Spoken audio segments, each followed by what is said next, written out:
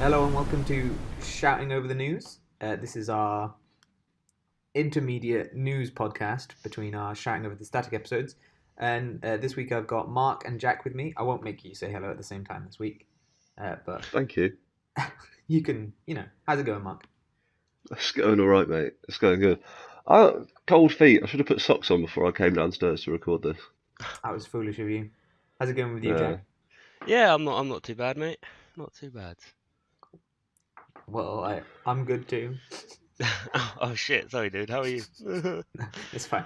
I was kidding. I don't care. There's a bit of news this week. We had obviously there's been a few game releases, especially one significant one that we'll get Jack talking about, and I'm sure he'll dominate the show, which we want. Oh man, no pressure. Oh mate, you love Pokemon. There's stuff to talk about. Then there was also XO18. I don't know how they pronounce it. The Xbox Experience thing in Mexico happened, I and there were think it is just XO18. Yeah, right. And there were a few announcements there that we can go into, and some pretty interesting things. A lot of disappointment though. The YouTube chat was hilariously bad at the end. The YouTube chat is always bad. Yeah. This is true. The YouTube live chat is always... The YouTube live chat is somehow a real-time distillation of YouTube comments. That is to say, fucking terrible all the time. I think it might be worse than YouTube comments. It's less permanent. Yeah, it's not as bad as Twitch though. At least I don't think. I feel like Twitch at some point just became people doing little, what are they called? They're not emojis, emotes. Emoticons. I think at some point, I feel like Twitch just became emotes. But also, I haven't been on Twitch in a little bit, so maybe it's come back from the brink of just being a pictographic society to start being racist again. You can be racist with pictographs, to be fair. Yeah, probably quite easily. I think potentially easier. Anyway, let's get to our first story, I guess. Jack, you got Pokemon Let's... I don't know which one you got, so I'm not going to say it. I got Pokemon Let's Go Pikachu. Cool. Yesterday. That's fucking right. The better one. Fuck Eevee. Yeah, man. I can't say that. I love Eevee. Yeah, Eevee's I got no problem with Eevee, but honestly, who's out there getting Pokemon Let's Go Eevee? Apparently, a bunch of the animations for the Eevee in Pokemon Let's Go Eevee are actually just Pikachu animations, and to the extent that Eevee will go Pika Pika. That's fucking great. Oh, what? Yeah. Good stuff. Now that is cutting corners in development. Oh, you got to save money somewhere. They should make all the Pokemon just do Pikachu animations. Call it. I want to see a Snorlax out there doing Pikachu animations. That'd be great. Yeah, baby. Right, Jack. How is it? Let us know. So I got it yesterday when it came out.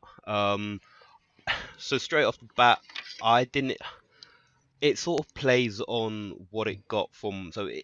I'd call it Pokemon. It's Pokemon Go for the Switch. Is essentially what it is. Because straight from the get go, you start off in Pallet Town. This is based in the Kanto region, which is the first region in the Pokemon, I guess, lore you'd call it. It's a retelling of Pokemon Yellow, right? That's the whole idea. Yeah. So it's basically just to clarify for myself, there is no AR component to this game, right? I don't think so.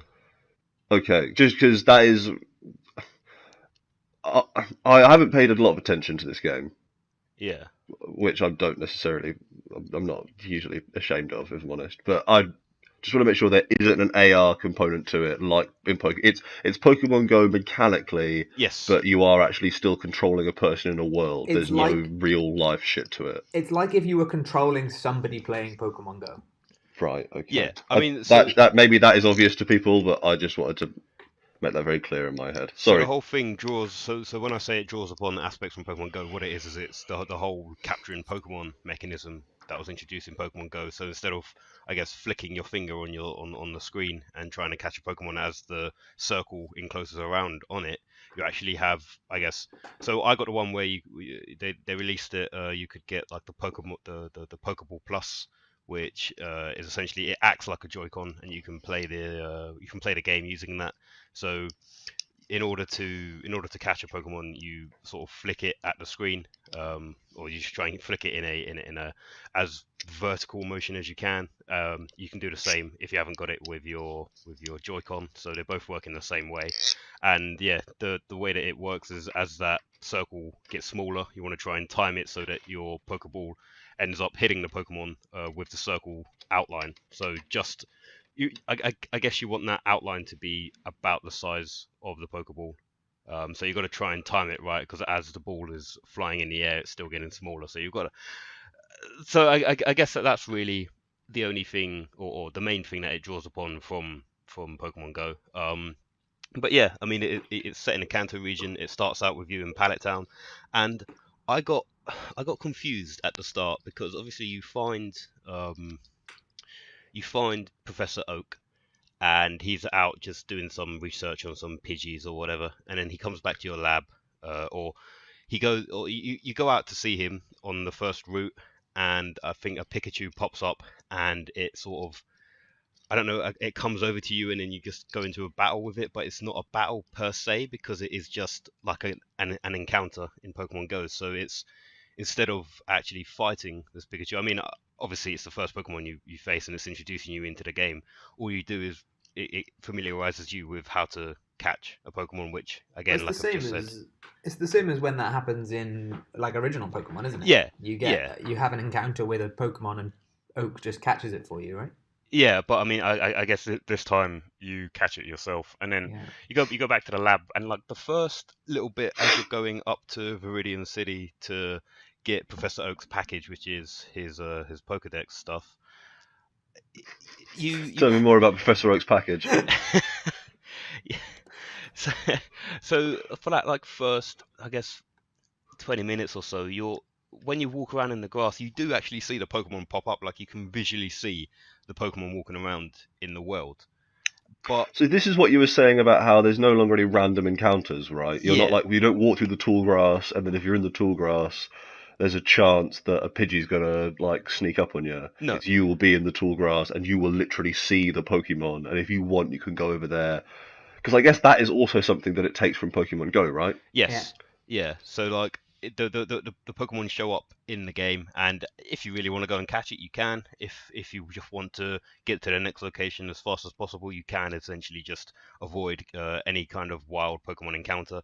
I guess so for that first bit, obviously, someone who played Pokemon before and thinking that this would be the same, I thought, okay, so I've got a Pikachu, let's go and fight some Pidgeys and Rattatas and whatever. And then you go into an encounter, and it's just you catching them, which I found a bit bizarre. And for the first 10, 15 minutes, I was like, well, where's the whole battle aspect of this game? I wasn't expecting it just to be Pokemon Go coming to the Switch. I thought it was gonna be, like they said, a remake of Pokemon Yellow. So that first bit was a bit. I was like, okay, where is this going? And then as you get past Viridian City and you start actually battling trainers, it sort of does start to make sense. It, I guess, yeah, So the best. tell me about this battling then. If you say you do start battling trainers, what does that So mean? Because so you obviously, like, Pokemon Go doesn't have, or at least when I was playing it when it first came out, it didn't have a particularly robust yeah. battle system in it. So I didn't actually, I dropped off quite quickly because there So I wasn't mean, actually a huge amount to it. it is just it's just conventional Pokemon battling. So when you're going up against trainers, that's what it is. You have a party of 6 with you, and it is just a conventional.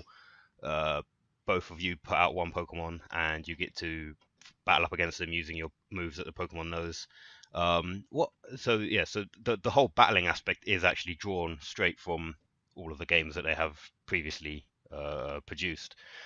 But again, yeah, I just found it weird that when you go into battling with wild Pokemon, it's not battling; it's just you capturing them, which I guess it's certainly something that it's made me do, which I told you guys yesterday was that it's certainly making me want to catch Pokemon a lot more, which I Yeah. guess it's sort of a good thing because previously, on any of these games where you're walking through the grass and you just end up constantly going and encountering the same Pokemon, it was especially say if you were searching for one specifically and you just kept going to the same spot and you kept finding the Pokemon that you weren't looking for, it did sort of get a bit. I guess I did like the grind of just training up the Pokemon, but I guess it was sort of laborious in parts. But with this, with the fact that the Pokemon actually pop up out of the grass, and the fact that if it, for me especially, if I see a Pokemon that I know that I haven't got, I'm beelining it straight to that Pokemon to try and catch it. Which I Yeah. particularly perhaps like in other games, it's usually I know what Pokemon I want to have in my party from the get go. I pick those six and I try and get those six, and then really the other Pokemon are just sort of left neglected. Yeah. So certainly from my point of view, I think it's definitely encouraging me to want to catch them all, which I guess is the whole point of this game. You're doing this research for Professor Oak to try and complete his Pokedex, which is something, like I say, that I neglect uh, more than I choose to admit. So it's yeah, it's certainly from that aspect of things, it's a different game. It's a different Pokemon game to what I think a lot of people who enjoy Pokemon would be used to. I mean, let's face it, the random encounters of Pokemon were always the most annoying part. Yeah, Because, yeah. like, I getting mean, through a cave was Oh, rubbish. really It's terrible. fucking tedious. Everybody just got enough repel that they could walk through a cave without. I mean, you might as well get rid of it at that point if it's just an yeah. annoying aspect. Because that's one of the only reasons I don't. Because I mean, at this point, you can get emulators to play the really old ones, and I did Mm, that a few times. But I remember getting to one, getting up to like I caught Zapdos on red or whatever, something like that. And then I accidentally saved over it, and it's just like I don't want to play through all that again. There's so much fucking random encounters to deal with that I just can't be bothered. And yeah. I think It's that's probably the only thing really stopping me. So it's kind of nice to see that they're going off that route. Yeah, I mean, as well, like towards the start, you don't really run into that many trainers. You get to Viridian Forest, and that's where you start seeing more and more trainers want to come and battle you, which I think is good. And also, it's because I imagine that each Pokemon is set like to spawn in set areas. But what I also found, like I guess, yeah, it's different because going playing the original Pokemon Yellow, you go into the forest at the start of the game, and all you would ever catch is like Caterpie and Weedle and maybe some Metapods or whatever. But now I remember I caught a Butterfree. There's a Pikachu in that forest. Yeah, I I know mean, what's I, up. I, I, I caught a Pikachu yesterday. I caught a Butterfree as well, which I was like, what the? There's a Butterfree. I can just catch a Butterfree straight away. That's fucking awesome. Like, I don't have to worry about trying to get Caterpie grinded up to level 10 ASAP. It's all about Um, grinding Caterpie. What are you on about? but yeah, it's certainly different. It's weird as well because these random encounters. I've seen people running into shiny Pokemon as well. Um, I've also Cool. so there's I guess if you were to catch a Caterpie, so what I was trying to explain yesterday is I guess they don't really come in three variants, but like a Pokemon can be normal, or it can be tiny, or it can be huge. Well, it's the Um, same as Pokemon Go, right? They have yeah, size. Yeah. yeah. So, but on in the game you can see. So if a Pokemon is huge, it'll have like I guess like I don't know like red lines swirling around it, and if it's tiny, it will have blue lines swirling around it. So you can actually say, okay, so this one's actually going to be bigger. It might have a bit more So did they power not than actually my change the previous one. size? Because it's a 3D game, right? Surely Yeah, they're, but they don't Just change the size. physically bigger. They I just put think. Tell red me lines about the around it. huge Caterpie. God damn it. How huge is it? Like in meters? What kind of I size are we talking? Is it threatening? Like, if I saw a huge Caterpie, would I be intimidated? oh definitely. To be fair, I think if I saw a regular Caterpie, I'd be intimidated. That's still a caterpillar that's like a foot long and about 6 inches thick. yeah, That thing's a monster. I don't know if they actually like visually change the size of it. I know that Well, that's certainly like the, stupid, the isn't the it? stats and stuff. will be different, and it will certainly be heavier and perhaps slightly taller. But yeah, I mean, I'm enjoying it so far. Like I say, I'm perhaps enjoying it a bit more than I was when I first started playing it, because I had that whole, well, Pokemon Go just seems a bit a bit old at the moment. I don't really want to go through this game playing Pokemon Go again. But it's certainly nice to have the battling aspect of it again. Which So I what's guess the plot here? What is the driving? Is it much like Pokemon Go? Just go and explore this region, but instead of this region being your city, this region is a beautifully recreated piece of nostalgia craft in this HD Kanto, and try and collect everything? Or do you have a rival? Like, are you fighting gyms? Is there going to be an Elite Four? Like, what yeah. is there? So Is there Team Rocket? Like, is there more of a propulsive force to this game than just collect yes. everything Battle Dudes? Okay, Yeah, for sure there is. I mean, so the first thing that I did when I got to Viridian City is just travel left. Because if you go to if you go to the left enough, then you'll be able to get to the Elite Four, because that's where it is in the to Kanto Victory region. Road, right? Yeah, Yeah, over the Victory Road. But when you get there, I guess, yeah, he's your rival in a sense, because he's the guy that you start off with in Pallet Town. He goes there and he's like, "Hey man, I tried to get into Victory Road, but the guy at the gate didn't let me. Let's have a battle. Let's see how far you've gotten, like, in training your guys up." So classic. it is certainly the whole gym structure is there. I've done 2 gyms so far. It It's feels the like I'm first gym getting leader Brock. yes, it is. Okay, so this thing is very much, we've taken Gen 1 Yeah, Pokemon, HD'd it, and then mechanically infused it with Pokemon Go. Yes, they've yeah, said for it's sure. like a sort of upgrade of Pokemon Yellow, Yeah, basically. Okay. A new that's definitely what version. it feels like. Um, So if it's it's an upgrade of Pokemon Yellow, does it have all of like the weird extra layers of anime that they, because Pokemon Yellow was odd too, because it changed parts of the story of Pokemon Red and Blue to make it more commensurate with the Pokemon anime. Would Well, you like is Jesse is and is James that are is in it. that too much of a deep I cut mean, for you to the be whole able to answer that Concept question? of the Or anime is there, I guess. It's sort of drawing on both the anime and the original game. I mean, like, yeah, Jesse and James are in it. You know, the whole Team Rocket, under the whole underlying fact that, the okay, eighth gym is Giovanni, who is going to be the leader of Team Rocket, and that's actually in the first city that you encounter, which is Viridian City. So you try to get into that gym, and obviously it's all shut, and it's been shut for ages, and no one really knows what's going on. And then you do actually encounter Jesse and James, and now it's not that they're not just generic Team Rocket player models; they are actually Jesse and James themselves in the game. right. So this really is Pokemon Yellow Yes, HD'd and yeah, and and Pokemon Go. This really yeah. I okay. mean, That's what cool. I've been That's cool. finding, like, so in the game as well, like, you come up against Blue, who I think was what the enemy in the first game, or one of the first games. You come up against or the guy called Blue is like, "Hey man, how are you? How's it going? I remember doing exactly what you were doing for my grandpa." And you actually realize, oh, wait a minute, his grandpa's fucking Professor Oak, because of course it is, because that's how it was in, like, the original game series. So is it? Yeah. Yeah. So that's Gary, isn't it? I guess. Well, Or Butt. yeah, yeah. I like to call him Butt. I mean, He's they a yeah, Butt.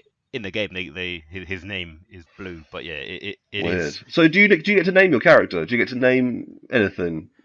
Yeah, so you get to name your character, you get to name your rival, and I mean that Okay. you obviously get to nickname your Pokemon. I haven't done that yet, but also you can change your Pokemon's name at any point. Like, if At any point, I, I'm you don't have f- to go to the nickname man. I'm fairly certain you can, because That's outrageous. if you go to Imagine if you your did that to your own dog.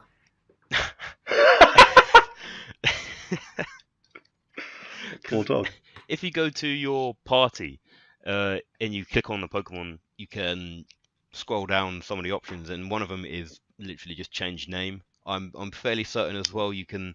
So you always have either your I think as long as it's in your party, you always have your Pikachu or your Eevee with you. It may even be that even if it's not in your party, you still have it riding alongside you, and it will always be like on your shoulder or walking behind you. But also, you can release other Pokemon out of their Pokeball, so you can have like a Pidgey follow you around as well, which is I quite saw cool. a pretty great picture of someone riding on the shoulder of a Kangaskhan and Yeah, thought, yeah, this game looks alright. yeah. I think that there are only set amounts of Pokemon that you can actually like have that interaction with, so ride on the back of them. I know that there's one, or certainly there's a guy sat on a bench who's like, hey man, if you can, what, who do you prefer, like Growlithe or what, a different Pokemon? And he's like, well, if you come back and catch 5 of those Growlithe, I'll give you a Pokemon that you can ride on. And I was like, oh shit, okay. I don't think you should go back to that guy, Jack. And I think you should probably also call the police. If he offers you anything, don't take it. But yeah, I mean, I'm certainly enjoying it so far. Yeah, I again like uh, I don't know. So you mentioned it to me yesterday, Mark. I'm not sure how the whole interaction with Pokemon Go is actually going to work. I obviously we know that you can trade your Pokemon that you have collected from Pokemon Go across, but I don't think it's actually been introduced. And I know I checked on the back of the box, and it does in fact say that it's got interconnectivity between like the Pokemon the Pokeball Plus and the So and there's a Pokemon park Go. apparently. Yeah, I There's like imagine. it's like Safari Park, but Yeah, when you go in it, you connect it to your phone. So I don't think you can always connect to your phone, but when you go into this place, you can. yeah, okay. Yeah. I mean, it might make me want to like. So I've never actually had Pokemon Go downloaded on my current phone. I'm pretty sure my account still exists. But It will do. Mine existed for a year after I yeah, I mean, I haven't stopped. touched it in God knows how long. But yeah, one weird thing is as well. So instead of getting your captured Pokemon in a PC, you just carry them around with you. Is what essentially you do. So instead of transferring them into a random storage box on a PC, they just come into your bag. Like they'll just you catch them, you put them in a Pokeball, and then put them in your, I guess, Pokemon box is what they call it. I think Mm. you just carry it around with you. So That seems really clever, yeah, if I'm honest. yeah. I I, mean, I actually like. There are parts about the Pokemon experience that have remained sort of steadfastly unintuitive and clunky for over 20 years, and making it so that if you want to change the 6 that you roll with, you have to go back to the fucking Pokemon PC. You have to go back to Bill's PC. Is a nightmare. So making it so that you don't have to do that, I think, is very clever. yeah, That's good. yeah. I like it, and I mean, it definitely again draws on Pokemon Yellow stuff because so you get what made me really happy, and the one thing that I forgot about was obviously in Pokemon Yellow, you get all of the free starters, all of the free conventional starters. So you get your Bulbasaur, your Charmander, and your Squirtle, and Oh you yeah. don't even have. So the Squirtle that I have, I actually managed to somehow catch. I can't quite remember where I caught it, but I've got that. But you also just get given a Squirtle. I think the requirements are so for Bulbasaur, you have to have caught 30 Pokemon, which includes any duplicates. So just catch as many as you can, really. So you have to have caught 30 Pokemon for Bulbasaur. I think it's 50 Pokemon for Charmander and 60 Pokemon for Squirtle. And you basically get given all 3 of those basically by the time you get to the third city. So yeah, Fucking it's sick, mate. I mean, like as soon as I saw that, I was like, you know what, we got to get the gang back together, man. We got to just have Pikachu and all 3 starters. That's how I used to roll all of the time in Pokemon Yellow. So Yeah, yeah, I mean, it's Pokemon Yellow is 100% the Pokemon yeah, anime. It's author insertion fantasy, and there's nothing wrong with that. I'm on board all the way. That's good shit. yeah, man. I mean, like I'm actually really enjoying it so far. It's honestly, it seems like one of those. I've pretty much only seen good things about it. I've not looked too hard, but people seem to actually be really enjoying it, and it looks like one of those things that Like it's another one of the Switch games that makes me want to get a Switch. Yeah, man.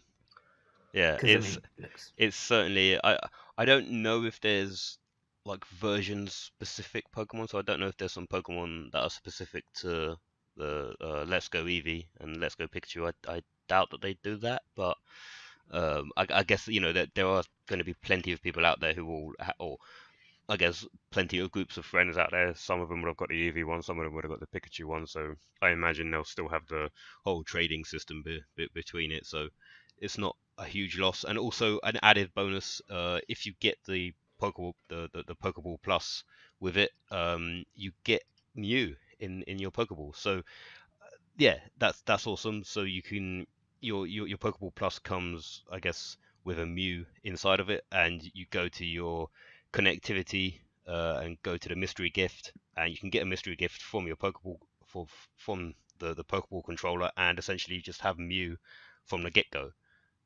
Starts off at level 1. I think my one's at like level 20 now, so that's always an added bonus for basically a Pokemon that, to my knowledge, wasn't actually available in that first Pokemon Yellow. So It definitely wasn't in red or blue, but I'm not I sure about know, yellow.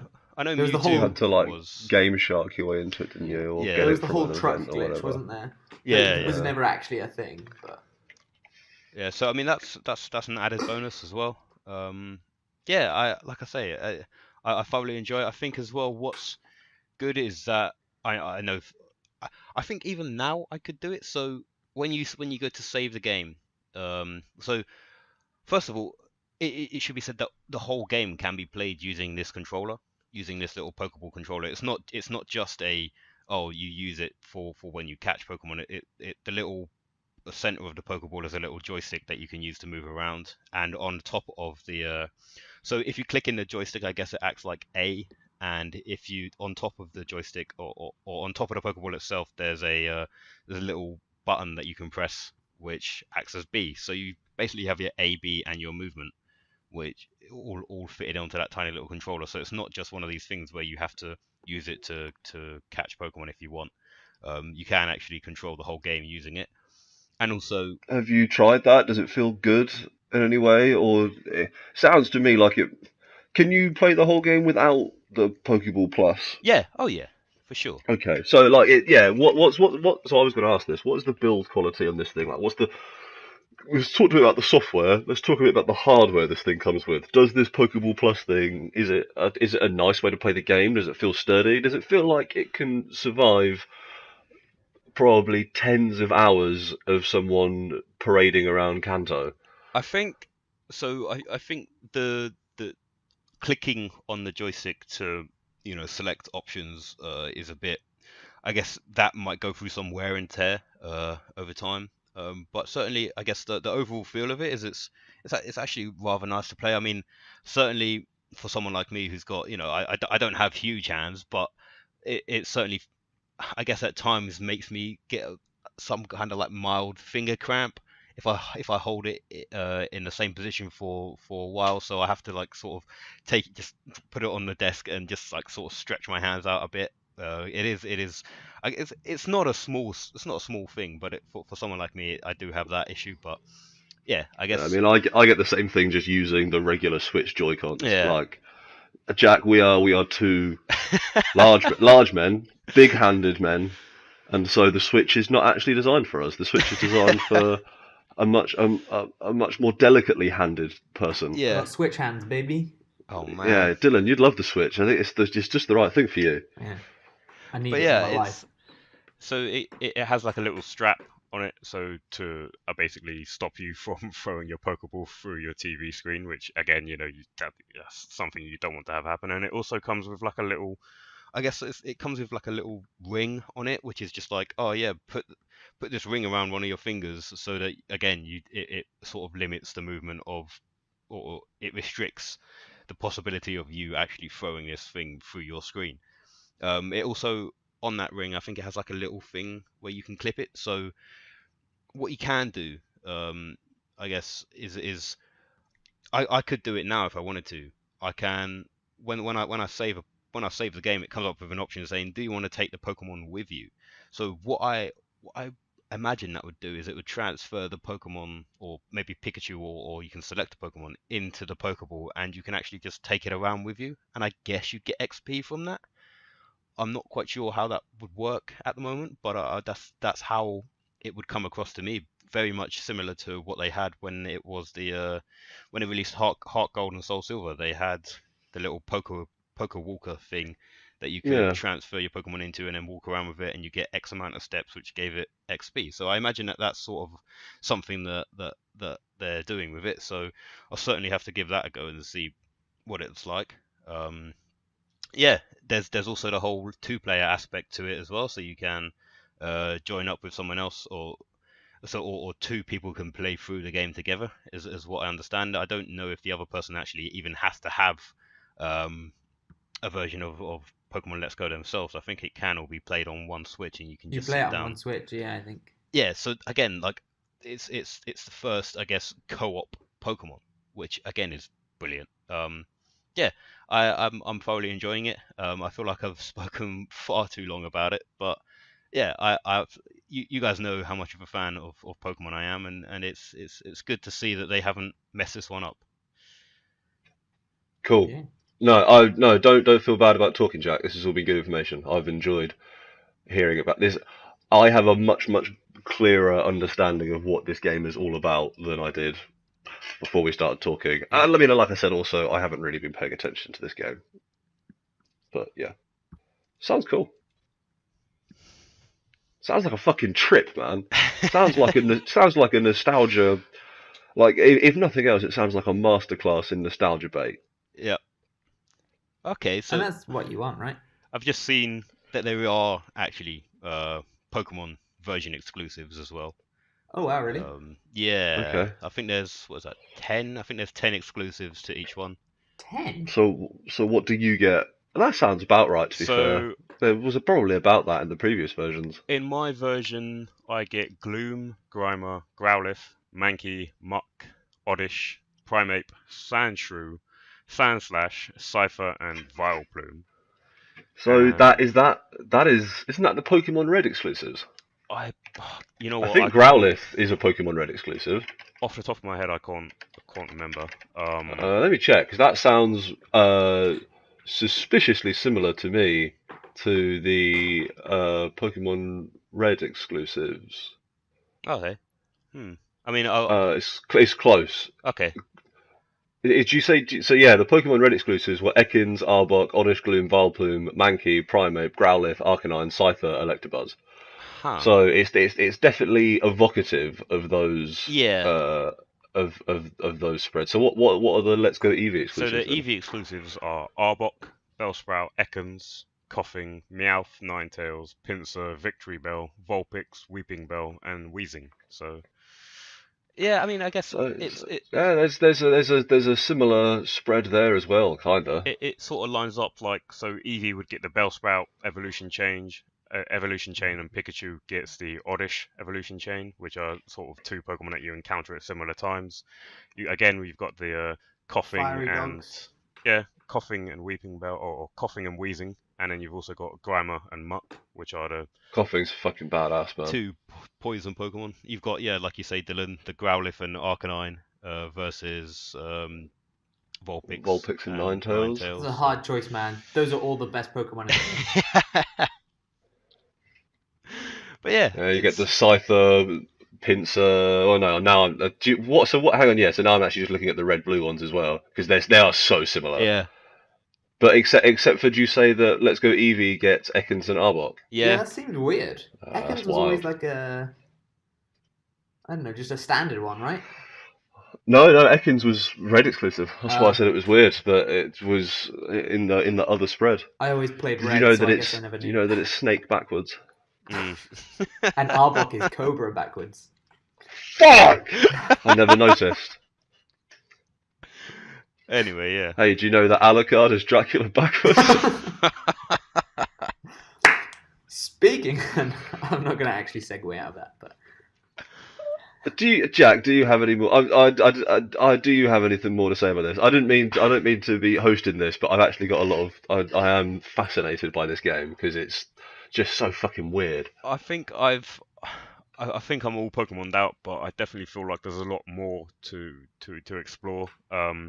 Certainly one thing that I forgot about is that you can get so all in the lead up to this, you could We saw images of like I don't know your Pikachu wearing an outfit, and yeah, I found that out the other day that you can actually make your Pikachu wear clothes, and you also get outfits for yourself. So currently I'm specced out in a Pikachu outfit, and pick my Fucking Pikachu's yes. it's not as glorious as it sounds. It's not me fully dressed up in like a Pikachu onesie. It's not Oh, what I hoped for. Damn Yeah, it. I know. I was disappointed Or as seem on the well. point. get rid of the game. Burn it. but yeah, it's basically just like a yellow jacket and yellow hat and stuff. And my Pikachu's Does the dressed up hat like have me. ears? No, it doesn't. Oh, so you're dressed up as each other? Yeah. That's Aww. what's going on at the moment. So, yeah, I mean, yeah, Cute. like I say, it's a thoroughly enjoyable game. Well, Mark, I think you need to get Let's Go Eevee and tell us about how Eevee goes. Yeah, maybe. I'll tell us about how Eevee just walks around going, Pika Pika! Yeah. Does wear sunglasses though, so that's a Eevee is good a enough fucking reason. badass. I do got time for Eevee. I wonder how they handle the multiple evolutions of Eevee in it. Yeah, I don't know. So you get at least what I've seen. I don't think you evolve that Eevee that you get at the beginning, but the Eevee can. I think this was probably actually something from the original games as well. Eevee can have attacks from. I think there's like one attack from each evolution it can have. So The you're Eevee keeping can the have. Eevee growth stunted, are you? You're Yeah. strapping its feet. Apparently, it's really powerful though. Apparently, the two starter Pokemon, Pikachu and Eevee, are like super powerful characters. And because Eevee can have any like element, they've really like a big focus of this Let's Go has apparently been like sort of a easy way to get people who haven't ever played Pokemon into Pokemon. So Yeah. it's quite a bit more simplistic. And apparently the like type matchups have been made like really effective. So if you get a super effective hit, it kills them in either like one or two moves. Apparently, Nice. I can't say for sure because I've not played it, but Yeah, I mean, it would make sense that it is designed because I think they straight up said, didn't they, that it's like this is meant to be if you're a younger generation who's only ever played Pokemon Go, because obviously that was like stupid successful. Then this is sort of the bridge that will get you into like the slightly more hardcore RPG stuff Yeah. that mainline Pokemon is. Because also that's something that I always forget because Pokemon is like this. It is a weird thing that does exist kind of in like a background level to other video games, but it's always making loads of money. Those Pokemon games, like some of the later ones, have got like really elaborate, like hardcore RPG stuff in it, down to just like, oh, you have to go and make the right food so that when you feed your Pokemon, it can go and be in the Pokemon show and all other sorts of crazy shit. Like, there's some weird stuff in Fucking Pokemon contests. yeah, man, I had a fucking sexy Snorlax. Oh, mate, Snorlax is the best. Me and Snorlax with pie. He's legit. He lets me cuddle him. What?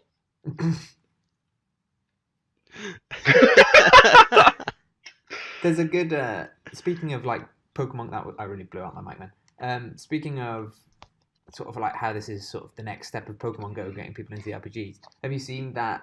This was announced a while ago, I think, but I think it's starting to make appearances. Niantic's next version of Pokemon Go, Harry Potter Go, No. has sort of. I saw a trailer for it the other day. And I don't know. There's not really. I think it's just a very teaser trailer, but I think they've now said it's coming out in 2019. Do you think it will be better than the last Harry Potter game, which forced you to either watch a student be choked to death for hours or pay real money? What? You remember this, don't you, Jack? I think on a me and Jack episode we spoke about this. Is this the Pokemon mobile game or? No, the last Harry Potter game. Was okay. that the one that was? It was the Harry Potter mobile game though that everybody kind of thought was the one that everybody was going to say Harry Potter Go, and then it ended up not being. Yeah, and it was rife with microtransactions, Yep. and there was Yeah. one bit in it where someone got, is it the Devil's Snare? Is that a thing? Yeah. So That's I a think thing.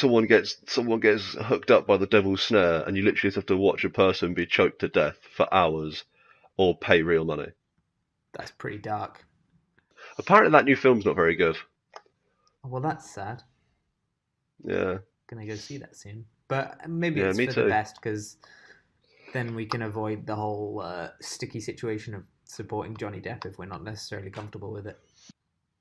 Yeah, This is too much for our gaming podcast. Maybe we'll move on. I might actually edit a large chunks of this out because none of it's good. Spoilers. I did.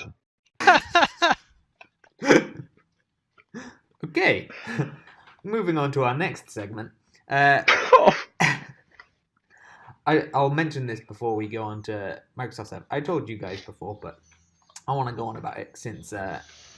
So one of the games, the Golden Joysticks were recently, yesterday, I think Jack said, sometime in the past. Today. The indie game that won was Dead Cells, which I've been going on about. I think I've spoken about it enough on this show. I'm not actually sure. Dead Cells is legit. I I've said back it Dead to you Cells. guys. Dead Cells is cool. Dead Cells is great. I finally fucking beat it. Oh, I'm so happy. Nice It's such one, a man. fucking hard game. Because I mean, like, the idea is that it's Dark Souls, but 2D, right?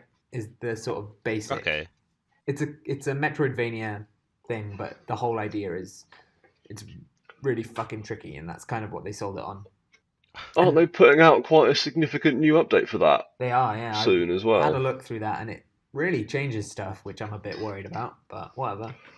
Well, you've just finished the original version, and now you can try and beat version 2. I've not beaten any of the boss cells yet, so there's this thing you get when you beat the final boss. You get you unlock the ability to throw your head, which is strange, but there you go. And also you Weird. make the game significantly harder, and then you can play through it all again. I've not done that yet, so I need to do that 4 times before the update comes out, but I think the update's soon. But I just wanted to put it on record that I fucking beat it. Yes. Yes. I'm fairly certain my neighbours probably had significant problems with me the last like week because I screamed at that boss a lot. It was very hard. Yeah, I'm looking through this list of winners, and God of War is just fucking cleaned up. That makes Yeah. sense, Like right? God of War won in like 4 or 5 it's different one in like categories.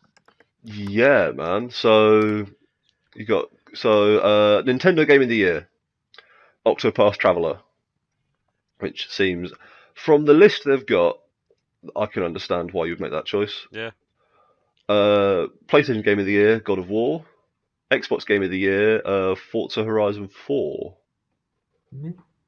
Which, considering again the list they've got there, there's a lot of games and like Xbox Game of the Year, they must have been really pushed for options because they've included Hellblade, Senua's Sacrifice, Nier Automata, No Man's Sky Next, PUBG, and Warhammer Vermintide 2, Weird. which are 5 games that I don't really associate with the Xbox specifically. No, not at Yeah. all. Well, Considering then, if you look at the PlayStation list, it's got Detroit Become Human, Dragon Quest XI, Firewall Zero, God of War, Marvel Spider-Man, Moss, Ni no Kuni 2, Shadow Colossus, The Persistence, and Yakuza 6. All of which I think are PlayStation exclusives. Yeah. PlayStation. Or at least maybe PlayStation and PC. But like, there's Xbox games here that like Nier Automata is not an Xbox game. It's on the Xbox, but like it came out last year for other platforms. I mean, other than the fact that Forza Horizon 4 is seemingly an excellent game, that's also the only one that's Xbox exclusive, but obviously PC as well, but you can't really avoid that now with Xbox. Sea of Thieves, I guess? Oh yeah, true. That's weird that that's not in there, because people seem to actually enjoy that. No, Sea of Thieves is on that list. Oh, it was? It was like I didn't read out Sea of Thieves and State of Decay 2 because they are actual Xbox games. I read out the 5 games on it, which are like totally not Xbox games, or Really? at least, yeah. PC Game of the Year is Subnautica. I've heard good things. Yeah. Warhammer Vermintide 2 gets its second nomination because obviously not actually an expert or whatever. I'm picking hairs. Mobile game of Skyrim. the year Sorry, go is ahead. PUBG Mobile, which seems weird. Bummer for Considering, Fortnite. yeah, especially considering like Donut County and stuff is on this list, which is like just better games. But best visual design, God of War, coming through for its second win, beating Dead Cells, I'm afraid. Fuck that. Dead Cells is a beautiful game. Best audio design, God of War for its third win. God of War does sound fucking phenomenal, to be fair. Best Yeah. indie game, Dead Cells. Yeah. Best competitive game, Fortnite. Yeah. What else is on that list? Arena of Valor, Call of Duty World War II, Dragon Ball Fighters, FIFA 19, Forza Horizon 4, Laser League, Mario Tennis Aces, PES 2019, and Paladins. Yeah, okay. Jack, are they still making Pro Evo games? I think You could- so. You could play it What for the free fuck? on Xbox last weekend. Yeah, I think Holy shit. they're still going. I mean, they've lost all of their deals and everything with clubs, but it's still. So is it a still thing. like, oh, you're now playing as the London Blues or the Manchester Reds? Yeah, yeah. I think Cool. the only it's always been like that. I think they only had like one club that they have rights for, and I think with like the championship teams and below, it's all fine. But it's just the Premier League, FIFA has the rights for that. So That's really The sad. best cooperative game of the year is Monster Hunter World, apparently. yeah, fair. I haven't played that game in a reasonable length of time. I haven't played it at all. The Still Playing Award is World of Tanks, Oh damn! where it beat Destiny 2, Final Fantasy XIV, Hearthstone, Overwatch, PUBG, Pokemon Go, Rainbow Six Siege, Warframe, and World of Warcraft. That's a pretty good list of games, to be fair. I can understand why it's the Still Playing Award. That's a good award. I quite like that. That's clever, isn't it? Because, I mean, that's a big part of games, right? A game doesn't necessarily have to be the best game, but if it keeps you playing, it makes it worth it, you know? Yeah, for sure. Destiny 2. I think you have an abusive relationship with Destiny 2, Dylan. I haven't played Destiny 2 in a while, to be fair. Well, I say a while, like a few weeks. Oh, wait, no. I unlocked this is something that came out recently. They did a quest that unlocks a Destiny 1 weapon called Thunderlord, which when you shoot things with it, makes thunder like lightning come from the sky. And that is a fun weapon. Cool. No, Oh yeah, I heard someone talking about that. Didn't you? Don't you have to go to the Cosmodrome, whatever it is, to get it as well? Don't you Yeah. go back to a Destiny 1 area? like you don't go all the way into it, but that sort of opening bit where you get raised from the dead. # spoilers. Spoilers for the very, very beginning of a 4-year-old game. Yeah. But yeah, that Do you want was to know what actually the really esports cool. game of the year is? Hmm? Do you want to know what the esports game of the year is? Oh, I can guess. What is it? It's going to be Overwatch, right? Nailed it. Yeah. Do you want to know what the best storytelling of the year is? Yes. God of War. for its fifth win. Yeah, God of War cleaned up. That is up against Forgotten Anne, Gorogoa, Spider-Man, Octopath Traveler, Pillars of Eternity 2, Reigns, Her Majesty, The Banner Saga 3, Unavowed, and Yakuza 6. Bummer that Spider-Man doesn't seem to have won any awards. Yeah. Yeah. Because that was Uh, a significant game this year. That was a hugely significant game this year. Best swinging. Yeah, I think it's... Yeah, I guess the problem with it is when it came out, and I heard a lot of people saying this at the time, and it was reflected in a lot of the reviews. I still haven't actually played it, but my understanding is that it's very good, but it's not like particularly exceptional. Yeah. It's just a really, really, really good game that does everything it wants to do, but doesn't necessarily want to do anything like particularly wild. Yeah. Do you want to know what the best VR game is? I've actually seen this one, which I think you is son of a bitch. hilarious. Because Skyrim VR. how this game is still being relevant, incredible. It's never going to leave us, is it? Not until Elder Scrolls 6 comes out. Whenever that is. If When they the heat don't- death of the universe gives us Elder Scrolls 6. If they don't put Skyrim into Elder Scrolls 6, I'll be very disappointed. Because that would be That'd be so fucking funny. peak Todd Howard. Todd Howard, you son of a bitch, you've done it again. One of my favourite green texts. I don't know if you Studio of the Year, Sony Santa Monica. Which I guess if you get 5 of the other awards for making God of War, you're probably the Studio of the Year. Yeah. It seems fair. And the most wanted game. I'll run down the list. Anthem, Battlefield 5, Control, Cyberpunk 2077, Death Stranding, Doom Eternal, Dreams, Ghost of Tsushima, Kingdom Hearts 3, Metro Exodus, Ooblets, Sekiro, Shadows Die Twice, Super Smash Bros. Ultimate, and The Last of Us Part 2. What do people think? From that list, what are your guys' most wanted, actually?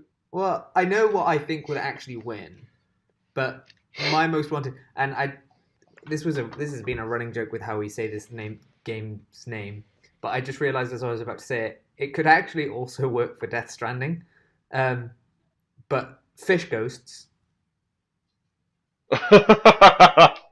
Yeah, that is fair. The Ghosts, I actually can't remember. Ghosts of Sashimi is all I can think of. Tsushima. Tsushima, okay. That one. That's, I think, my most wanted, but I imagine Cyberpunk is That does probably look the good. winner, right? Yeah, Cyberpunk's the Yeah. winner. What do you think, Jack? From that list? I don't know. I guess I'm sort of really intrigued to see what EA does with Anthem. Yeah. Yeah. But that's just, Yeah. I guess, just for me. I'm just really intrigued to see how, I guess, like it stands up against the likes of Destiny and other things that do the same thing. So I guess for me it would be that one. But yeah, Cyberpunk 2077, I can understand why it's won. Yeah. I mean, after seeing that gameplay we saw for it, it just looks intense, doesn't it? So, Yeah. my It worry just looks fucking nuts. oh, actually, how about you, Mark? What's your? Oh, mine's obvious. I can't Come remember on. what was on the list. I mean, I feel like Cyberpunk 2077. Mate, Death Stranding's on this list. What Oh are you shit! talking Yeah, yes. of course. I even referenced that moments ago. Rumours are floating around in the Death Stranding sphere that the game is feature complete and is in the polishing phase. Man, imagine if Damn. it comes out at the VGAs. At this point, I have gone to it is 50-50 that we get a release date. I was thinking like we won't get a release date this year.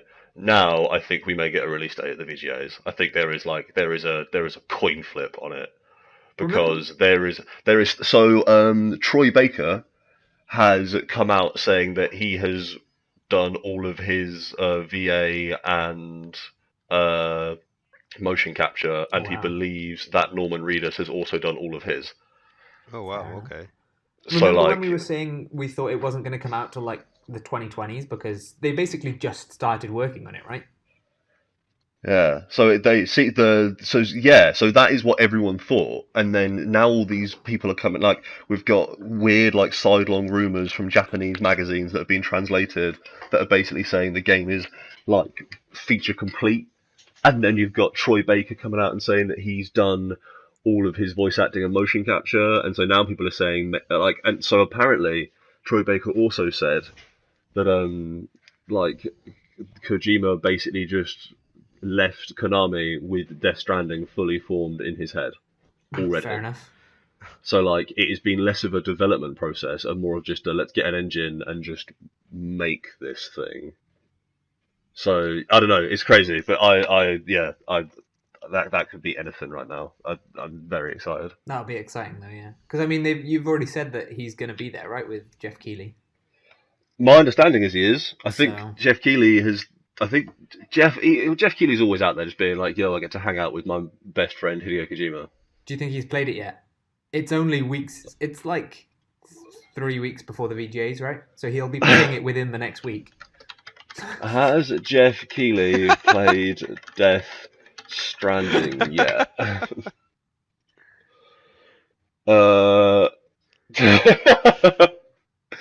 Yeah, no, this is all pre E3 stuff when Jeff Keighley was out there being like, "Yo, I've been playing a sick game that I can't tell any of you about." What a tosser. You Oh, I gotta love love him him so though. much. Yeah. I love him so much. We've got. There's not much else, I guess, we've got to talk about. But one of those things that came up with that you reminded me of with sort of Xbox not having anything, right? They've made this big push this year of buying up a bunch of studios, and I think they're clearly focused on. I think a big thing for them this last year has been not just buying studios, but kind of expanding their library. Right? They've been saying how they want to have the biggest game library, and they've done that with a lot of the backwards compatibility stuff that we've spoken about on here. In that Yeah, they're doing it the best because you can play a fucking ton of games on your Xbox now. Yeah. And their next, I don't know, branch of this mission to have the biggest game library is they're buying up a bunch. They're buying a bunch of developers, and two of them they've announced it. This XO18 thing, are fairly big ones. One of them I didn't know, but I mean, Mark, you know, and seems to be I recognise the name. I wouldn't necessarily say that I like know their work, yeah. but I recognise the name. I know it. But then the other one I'm sure everybody knows. So it's well, not everybody, but you know, it's In Exile, which this is the one I don't know. They've done like Wasteland and stuff like that, some top-down RPG style games, and Obsidian. So they do similar stuff, right? But they also did Fallout New Vegas, I think, most famously. KOTOR. Oh, yeah, Also, that too. I mean, they've done a fucking ton. They're, I mean, well known for being good game storytellers, right? They're that's their whole thing. Their whole thing is choice. I mean, Chris Avallone did some work with Obsidian, and I don't know if people remember the E3 episode, but when Chris Avallone came on stage for Dying Light 2, I oh lost my god, yeah, mind. yeah, Yeah, and like that's I think yeah, Obsidian is all about player choice. Their whole thing has always been about doing player choice that actually makes meaningful changes to the world better than everyone else. yeah. So I mean, that's a pretty exciting acquisition for Microsoft. I think they've this past year. I think there's been a lot of at least for me because obviously I'm an Xbox guy. This whole PlayStation have had an unbelievable amount of games that I've really wanted to play. That Yeah. if they had come out on Xbox, I probably would have bought. And there's not really Mhm. been any games that have come out on the Xbox where I've gone, I need to buy that. But like Spider-Man, I would have bought. God of War, I reckon I would have bought. Because there are all these games that just look incredible and have had incredible reception. But it's always Yeah. been a kind of sore point of, well, Xbox has got fucking nothing at this point, do they? I mean, the last Their Halo game was Halo exclusive Wars 2. library is weak at the moment. Yeah. But hopefully with these new studios, there'll be something. But it's all fairly speculative, isn't it? They could all go. I mean, it could take years. Well, it will take years, right? But you know, we'll see. It's fun to think about. Yeah, I mean, one can only hope that Microsoft does right by not only these two acquisitions, but the was it 7 or 8, 6 or 7 they announced at E3 as well. I think there's maybe a few more than that. I think yeah, but there's a bunch. Yeah. Yeah, like let's hope that they do the right thing, because this is not the first time that Microsoft has pushed for huge reams of exclusives. Everyone remembers, was it like E3 2015, which was the one where they had like 10 different big exclusive games and only 2 of them ever came out, or something shocking like that. The E3 that had Scalebound at it. Yeah. I mean, Scalebound I thought looked really cool, but then nothing actually came out of it, did it? Yeah. Yeah, so this is what I'm hoping that Microsoft does right by all these studios they've bought, and they actually produce things of note, and we don't get a bunch of sick fucking hype trailers, and then they start off the Xbox 2 with a wet fart. Yeah. What are your... And you know what? One last thing that we should talk about, actually, because I was just thinking about the Xbox Two, is all this PlayStation, Sony shit I was about that to say the happened same thing. yesterday. Yeah, because I actually have to make an exit relatively soon. All right. Do you want to go for this? Yeah, I was wondering what's happening there. Sony pulled out of E3 2019, Yeah. and along with that, in an article, so it was Jason Schreier at Kotaku dropped that news, Yeah. and then coupled with that, he also corroborated some rumors that he had heard about the PlayStation 5 being a 2020 release, Oh wow, I didn't effectively. actually see that thing. Yeah, so Sony has basically said after Sony has been clearly trying to work out what the fuck they're doing at E3 for several years now, including last year or this year, the 2018 Quattro Gameo mess that was their thing, that was like super weird and different and didn't maybe even work as well as they wanted it to. Fell very flat. Yeah. Yeah. Yeah, they've now come out and basically said, um, we're getting out of E3 2019.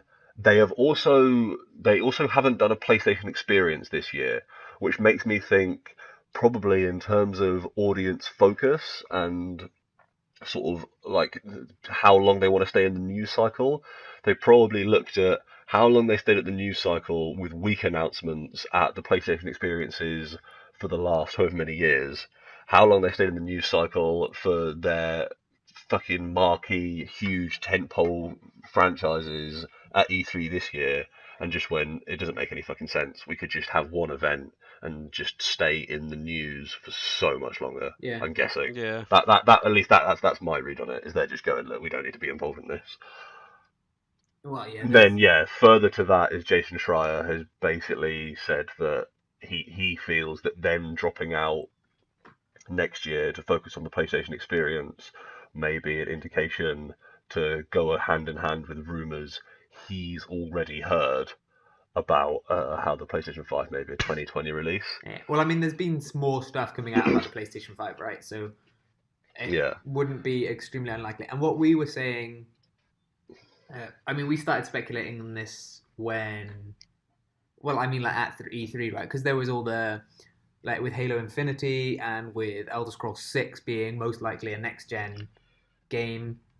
And Starfield as well. Yeah, and Yeah, so there we were sort there were of, big big names that went up that were like, that's not a this generation game. no. Mm. And I mean, we kind of said, didn't we? Because I think this was one of the things that I think for me was the most indicative of how the sort of current console cycle is going, with Halo Infinity being.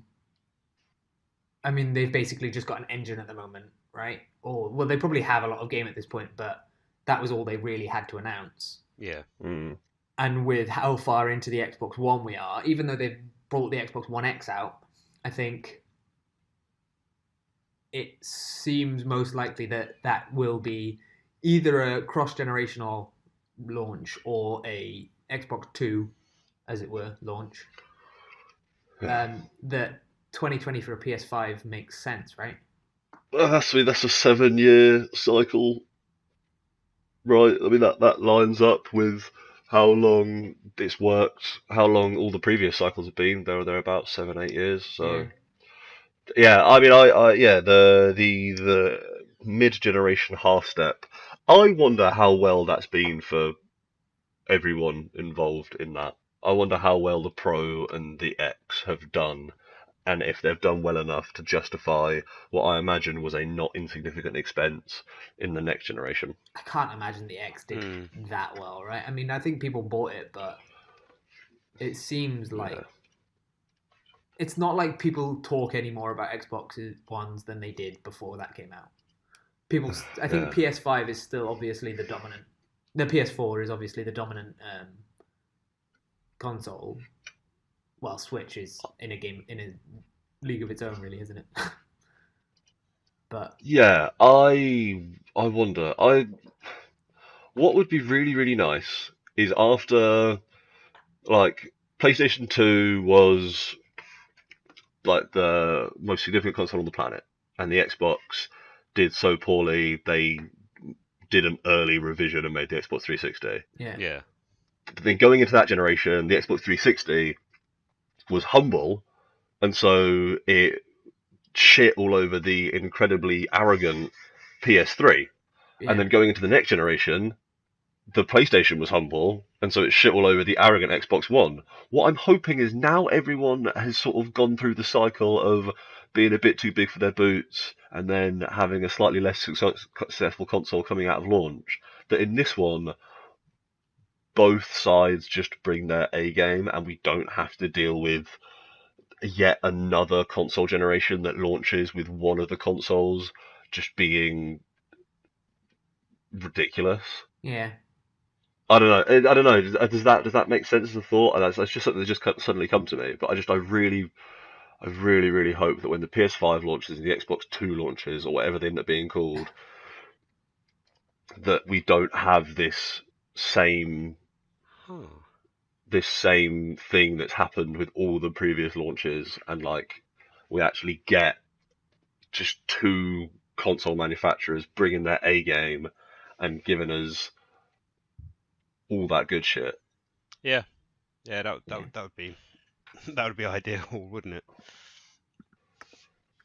Probably not going to happen though. It would be nice that, I mean, like you say, they've both gone through this now. I think Nintendo always seems to be on their own thing, so they don't really get affected by it. They Yeah. mess up, but just because they want to make stupid shit. But I think like Microsoft and Sony have both been through this enough now that hopefully they'll not be ridiculous. But also, I still think it's a bit sad that Microsoft lost out so much for being slightly too ahead, in that they really focused on all this internet stuff and always connected, and people shat on them for it. And then that's exactly how consoles are used now. So like they kind of had it, but they were a little bit too into it. Like, I saw some news yesterday that was in fact saying that they're going to release a discless Xbox One next year. oh wow, Mm. Yeah, so yeah, I mean they fucking had it. They were there already, and people weren't ready for it. I mean, I was saying, sadly we didn't have a show at the time, but I was saying this when all this stuff came out. Like, I really liked what they were saying because it meant there was lots of stuff you could do with it that like people were like, oh, you can't resell your games, and it's like, I know some people do, but how much of an impact is that really? Because for me, and especially with like the rise of Steam and stuff like that, I get most of my games and most of my cheap games I get from Steam. I don't really buy that much secondhand games, and I know that's just me. I know a lot of people do, Yeah. but if everything's online anyway, with like with PC, I think most people get their cheap PC games from Steam rather than from secondhand, right? I mean, I don't think there has been a second-hand PC market in years Exactly. because PC games have to. Because the PC market is so rife with piracy, Yeah, they have to have pretty aggressive DRM on it. true. So like it's pretty fucking hard to just get a second-hand PC game in the first place, let alone get it to also run. But I mean, like that's worked fine, and it's meant that they're still cheap. Like it's still, you can spend barely anything for some excellent games at certain times of the year, right? And that would have been the same situation on the Xbox. So it always bummed me out a little bit that happened. But I can kind of see why people were skeptical of it. But I don't know. Well, I think they shot themselves in the foot with that because they didn't make it about the games. Yeah, It was always online, and it was no secondhand games and no game swapping and all this other stuff. But it wasn't because they wanted to give you a better video game experience, which is effectively what they're doing now, but without being explicit about it. They were doing it because they wanted you to be invested in their multimedia experience. yeah. Mm. They wanted it all And to be all in one, right? Yeah, exactly. And so I think a lot of the resentment from that was them saying you've got to be always online, and you've got to use our like side loading apps, and you've got to fucking have the Connect watch everything you do and all this other stuff. And it never felt like they were doing these things for the sake of the game, and at least now things are moving that way. But it feels like they're doing it for the sake of the game. Yeah. I To don't be know. fair, with the whole current sort of climate of Facebook and Google and whatnot, that all-in-one stuff, multimedia center, is a little bit more spooky, creepy. What's the word I'm looking for? Sinister. There you go. Insidious. Yeah, like it feels like they want you to do everything on the Xbox, and maybe it's because I mean, that's the best way for them to learn about what people want, isn't it? If you're always They got online, your always using your Xbox. data. Yeah. Well, I think we'll likely see if the things for PS5 are right. We'll see something next year, right? If they have their own PlayStation experience. So Yeah, I think so. we'll have some kind of weird Xbox, like the Xbox Infinity or something. Xbox Infinity launching with Halo Infinity. That would be funny. Oh, people need to stop using numbers that imply no possible subsequent number. Well, yeah, that's what Xbox have done to themselves, isn't it? Yeah, well, it's like, but you had in like Doom Eternal and Smash Bros Ultimate and Halo Infinite, and I know it's an old meme at this point, but it checks out. It does. Oh, yeah. Well, you said you needed to go, right? Yeah, Hitman 2 is good. Play it. Oh yeah, I knocked a man unconscious with a fish. I felt pretty good about that. Oh god damn. that is incredible. Yeah, it was that's about it really. Fair enough. I have other more elaborate thoughts, but they mostly just get into the realm of an old man shouting at a cloud. Well, maybe we So can. I'm not- We'll have a shout at the clouds next week, because I don't know if we'll have anything actually to talk about then anyway, right? Yeah, alright. Cool. That has been your weekly dose of shouting over the news. You can find us on SoundCloud and iTunes at Shouting Over Static, and on YouTube, which have all now been uploaded, I think, right? Yep, everything's on there. You can find us on Nice. YouTube at Low Expectations Media. You'll find it on that channel. I think that's everywhere. I've been Dylan. I've been with Mark and Jack. Bye. Bye, mate. See you next week.